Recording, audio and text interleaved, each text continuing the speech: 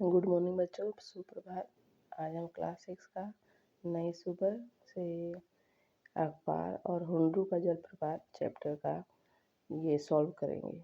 तो पहला हम लोग अखबार चैप्टर से सॉल्व करते हैं प्रश्नोत्तर को। तो बातचीत के लिए प्रश्नों के उत्तर। दुनिया भर की खबरें कौन लाता है? दुनिया भर की खबरें अखबार लाता है। अखबार दुनिया के कोने कोने की नई बातें, घटनाएं और समाचार एकत्रित कर पाठकों तक पहुंचाता है। आप खबरें किस प्रकार जान पाते हो? खबरें जानने के लिए लोग अखबार पढ़ते हैं, रेडियो सुनते हैं, दूरदर्शन और इंटरनेट का उपयोग करते हैं। इन साधनों से देश विदेश की घटनाएं और जानकारी प्राप्त होती है। वर्तमान में दुनिया भर की बातें जानने के कौन कौन से साधन उपलब्ध हैं? दुनिया की बातें जानने के लिए मुख्य साधन है अखबार, रेडियो, दूरदर्शन, मोबाइल, इंटरनेट। बेकारों को काम दिलाने में कौन सहायक है? बेकारों को काम दिलाने में अखबार सहायक है। अखबार में नौकरी संबंधी विज्ञापन और आवश्यक सूचनाएं छपती है, जो बेरोजगारों के लिए रोजगार प्राप्त करने में मददगार होती है। सही विकल्प पर सही का चिन्ह लगाना है। अखबार कब आता है? सुबह में। अखबार में कहाँ की खबरें छपती है? संसार की। अखबार में कैसी खबरें छपती हैं? सभी तरह की। कविता की अधूरी पंक्तियाँ पूरी कीजिए। कहाँ गिरी किसकी सरकार? किसे मिला कोलकाता? कहाँ मरे आतंकी कितने? यह अखबार बताता। पंक्तियों का आशय स्पष्ट कीजिए। बिना दवा के मर गए कितने? कितने मरे बिना खाए? चावल दाल सोना चांदी के भाव अखबार बताए।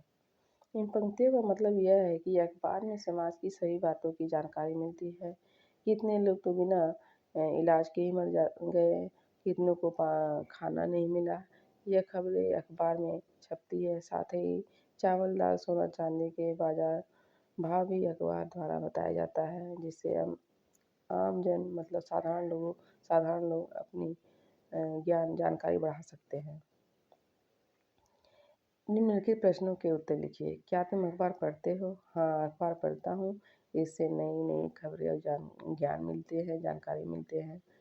अखबार में तुम कैसी खबरें पढ़ते हो? अखबार में हम खेल, राजनीति, विज्ञान, समाज, शिक्षा, बाजार, मनोरंजन, मौसम से संबंधित आदि खबरें पढ़ता हूँ।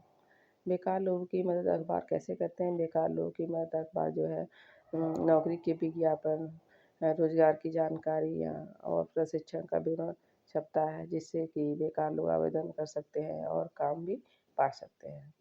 अखबार से व्यापारियों को क्या लाभ होता है? अखबार से व्यापारियों को यह बाजार भाव, नई योजनाएं, उत्पादों के विज्ञापन और नीतियों की जानकारी मिलती है, जिससे कि वे अपने व्यापार को सही ढंग से चला सकें।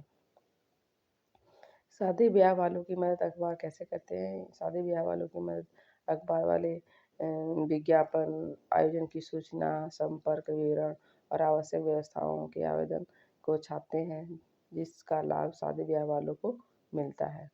अखबार पढ़ने के क्या क्या फ़ायदे हैं? अखबार पढ़ने के बहुत सारे फ़ायदे हैं, जैसे कि दुनिया भर की ताज़ा खबरें मिलती हैं, ज्ञान और सूचनाएँ बढ़ती हैं, नई नौकरियाँ, योजनाओं, लेन देन, व्यापार, मौसम आदि की जानकारी मिलती है। समाज के अच्छे बुरे कैसे हालात हैं उसका पता चलता है। आपके विचार से अखबार में कौन कौन सी बातें नहीं छपनी चाहिए? इस सबसे पहले इसमें निगेटिव बातें नहीं छपनी चाहिए और अखबार में झूठी, भ्रामक, अपमानजनक या समाज में विवाद फैलाने वाली बातें नहीं छपनी चाहिए। ऐसे समाचार समाज में भ्रम और तनाव पैदा कर सकते हैं। तो हुआ अखबार का चैप्टर। अब आ रहा है हुंडरू का जलप्रपात। बातचीत के लिए प्रश्न। प्रस्तुत पाठ में किस स्थान का वर्णन किया गया? प्रस्तुत पाठ में झारखंड राज्य और विशेष रूप से रांची के पास स्थित हुंडरू जलप्रपात का वर्णन किया गया है। किन तीन प्रसिद्ध जलप्रपातों के नाम बताना है? हुंडरू जलप्रपात, दशम जलप्रपात, जमुना जलप्रपात। हुंडरू में पहाड़ के ऊपर क्या है? हुंडरू में जो है पहाड़ के ऊपर एक पतली पगडंडी है। लेखक ने किसे नमस्कार कहा है? लेखक ने झरने से गिरती हुई दूध से उजली जलधारा को नमस्कार कहा है। अब सही विकल्प पर चिन्ह लगाना है। पाठ में प्रकृति का अनोखा वरदान किसे गाया गया? झारखंड को। झारखंड की राजधानी रांची। हुंडरू का जलप्रपात रांची से कितनी दूर है? 30 किलोमीटर। हुंडरू का जलप्रपात कितने फीट की ऊंचाई से गिरता है? 243 फीट। पंक्तियों का भाव स्पष्ट कीजिए। पत्थर परास्त है, पानी के आगे कठोरता हार गई प्रेम की धारा से, करुणा के आगे पत्थर दिल ने हाथ जोड़ लिए। इसका भावार्थ बताना है। इस पंक्ति में करुणा और प्रेम की शक्ति का वर्णन किया गया है। जैसे कठोर पत्थर भी जलधारा के दबाव से धीरे धीरे घिस कर टूट जाते हैं, उसी प्रकार कठोर मन के भाव सच्चे प्रेम और करुणा के आगे भी झुक जाते हैं। उजला पानी ऐसा लगता है जैसे दूध की धारा बह रही हो। भावार्थ इसमें हुंडरू झरने के जल का सौंदर्य दिखाया गया है। जब तेज वेग से सफ़ेद झागदार पानी नीचे गिरता है तो ऐसा लगता है जैसे कि दूध की धारा बह रही हो। वाक्यों को पाठ के अनुसार लिखिए। प्रकृति का अनोखा वरदान है झारखंड। ये होगा पहला। तीसरा वाला, दूसरा वाला होगा, दूसरा का दूसरा ही रहेगा, नहीं यह हुंडरू की गरज तरज है। तीसरा होगा पत्थर का यह पिघलना हैरान करने वाला है।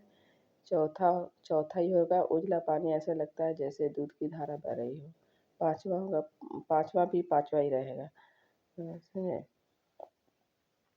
पहाड़ के ऊपर से एक पतली पगडंडी है।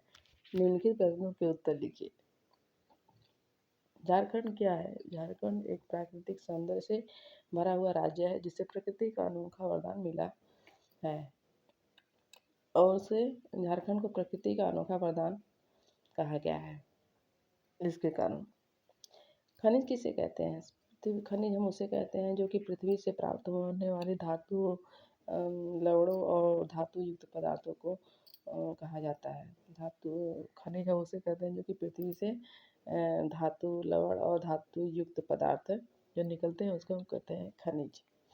जलप्रपात से क्या आप समझते हैं? जलप्रपात, जब नदी या झरना ऊंचाई से नीचे गिरता है तो हम उसको जलप्रपात कहते हैं। स्वर्णरेखा नदी कहाँ से निकलती है और कहाँ समाप्त होती है? स्वर्णरेखा नदी झारखंड के रांची जिले से निकलती है और बंगाल की खाड़ी में जाकर मिलती है। झारखंड की प्रकृति कैसी